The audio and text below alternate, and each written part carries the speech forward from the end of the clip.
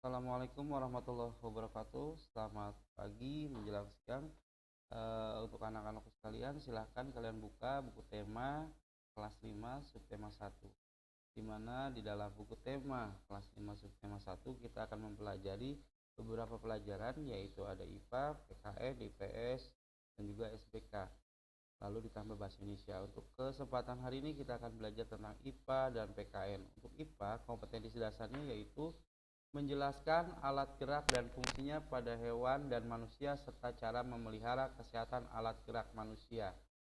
Lalu untuk IPS yang akan dipelajari pada kompetensi dasar ini yaitu mengidentifikasi karakteristik geografis Indonesia serta negara kepulauan atau maritim dan agraris serta pengaruhnya terhadap kehidupan ekonomi, sosial, budaya, komunikasi serta transportasi.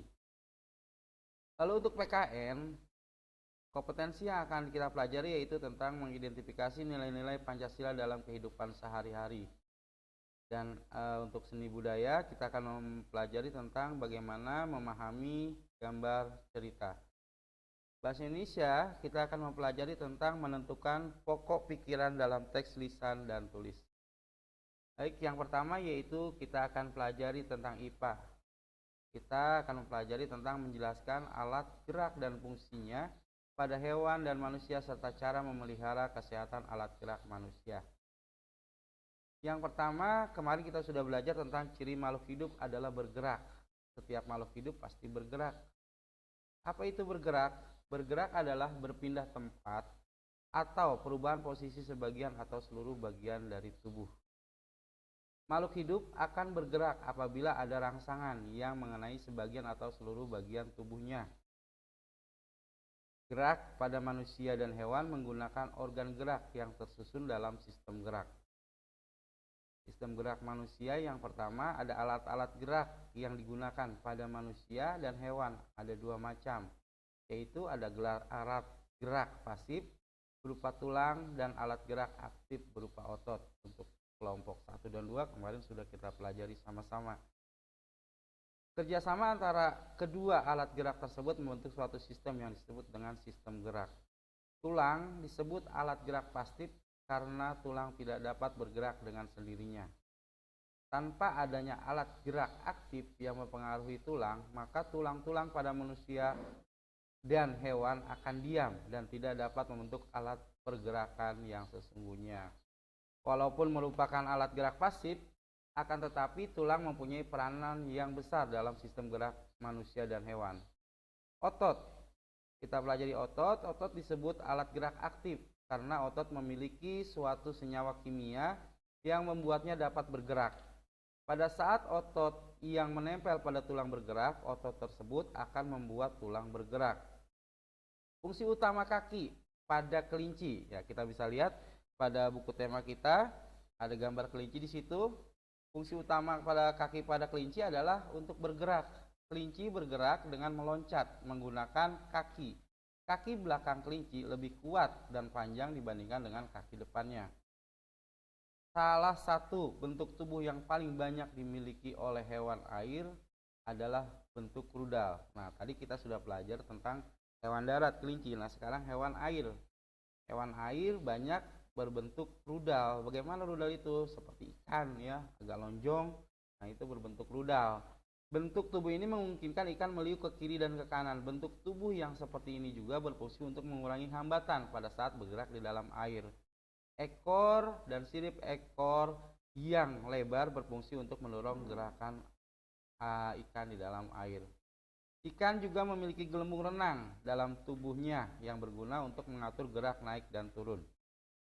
Ikan memiliki susunan otot dan tulang belakang yang fleksibel, artinya mudah bergerak, untuk mendorong gerakan ekornya di dalam air. Sebagian besar ikan menggunakan gerak tubuh ke kanan dan ke kiri bersamaan dengan sirip ekornya untuk menghasilkan gaya dorong ke depan. Ikan yang bergerak dengan sirip samping dan sirip tengah cocok hidup di terumbu karang. Kita lanjutkan. Karakteristik kelinci. Kita kembali lagi ke kelinci. Apa karakteristiknya? Karakteristik itu adalah karakter dari hewan tersebut. Yang pertama adalah vertebrata. Apa itu vertebrata? vertebrata adalah hewan yang bertulang belakang. Jadi tidak semua hewan bertulang belakang. Ada beberapa jenis hewan bertulang belakang seperti kelinci, kerbau, kambing dan sebagainya. Cirinya apa? Hewan vertebrata itu yang pertama adalah gerakannya lincah dan cepat. Kita lihat kelinci kalau kita mau tangkap loncat ke sana ke sini ya. Yang ketiga karakteristik kelinci yaitu berpindah tempat dengan berlari, berjalan dan meloncat. Lalu ada hewan siput. Selain kelinci ada hewan siput kita bahas di sini. Karakteristik dari siput adalah avertebrata. Apa itu avertebrata? Yaitu hewan yang tidak memiliki tulang belakang. Ya, karakteristik siput juga yaitu gerakannya lambat.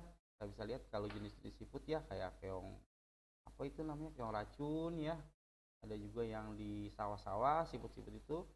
Lalu berpindah tempat seolah-olah merayap. Itu karakteristik dari siput. Siput merupakan hewan yang berjasa dalam penguraian serpihan daun-daun karena sambil merayap dia menguraikan daun-daun yang kering yang ada di sana.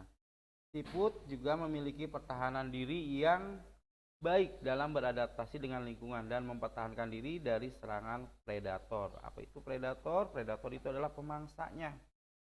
Lalu selain kelinci, lalu siput, ada juga serangga. Serangga adalah satu-satunya hewan avertebrata yang bisa terbang. Ingat avertebrata tadi apa? Yaitu hewan yang tidak memiliki tulang belakang.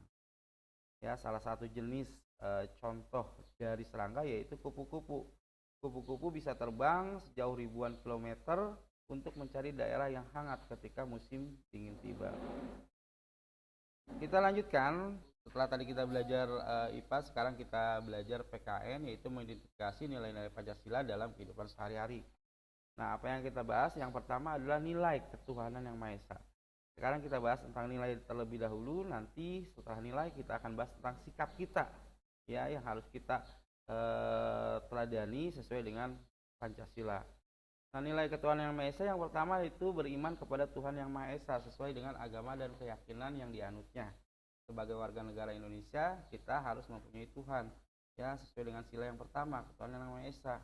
Artinya walaupun kita tinggal di negara yang menganut 6 agama, kita harus mempunyai salah satu agama kepercayaan kita, misalnya Islam, Kristen, Katolik, atau yang lainnya. Nilai yang kedua yaitu saling menghormati dan bekerja sama antar pemeluk agama yang berbeda-beda. Kita bisa lihat contoh-contoh di televisi pada saat hari perayaan agama Kristen, misalnya ada orang Islam yang menjaga gereja. Itu adalah salah satu nilai saling menghormati. Lalu tidak boleh memaksakan suatu agama dan kepercayaan kepada orang lain. Ya, misal teman kita agamanya Islam, lalu kita agamanya Kristen, lalu kita paksakan teman kita untuk memeluk agama Kristen. Nah, itu tidak boleh karena tidak sesuai dengan nilai Pancasila. Lalu nilai yang keempat yaitu saling menghormati kebebasan dalam menjalankan ibadah. Ya, misalnya teman kamu, ya Davin, yang beragama non-muslim main ke rumah Sagap, misalnya yang beragama muslim. Nah, misalnya Sagap mau sholat dulu, Davin harus membiarkan Sagap sholat dulu, menunggu sampai Sagap selesai sholat. Jangan sampai Davin melarang Sagap untuk sholat. Itu cerminan dari saling menghormati. Nah, lalu nilai kemanusiaan yang adil dan beradab. Ini sila yang kedua ya. Yaitu setiap warga negara hendaklah mengikuti persamaan derajat, persamaan kewajiban antar sesama manusia sebagai asas kebersamaan bangsa Indonesia dan persamaan hak. Lalu mengembangkan rasa saling mencintai sesama manusia dan sikap tenggang rasa menjunjung tinggi nilai-nilai kemanusiaan. Gemar melakukan kegiatan kemanusiaan. Lalu yang selanjutnya berani menegakkan kebenaran dan keadilan. Itu nilai dari sila kedua. Lalu sila ketiga yaitu persatuan Indonesia. Nilai yang terkandung yaitu sikap cinta tanah air. Lalu rela berkorban demi bangsa dan negara. Memajukan pergaulan demi persatuan dan kesatuan bangsa yang berbineka tunggal ika. Ada kata bineka tunggal ika yang berarti berbeda-beda tetapi satu dua. Lalu nilai sikap dari sila yang keempat, kerakyatan yang dipimpin oleh hikmat kebijaksanaan dalam permusyawaratan perwakilan. yaitu yang pertama mengutamakan kepentingan umum di atas kepentingan pribadi dan golongan.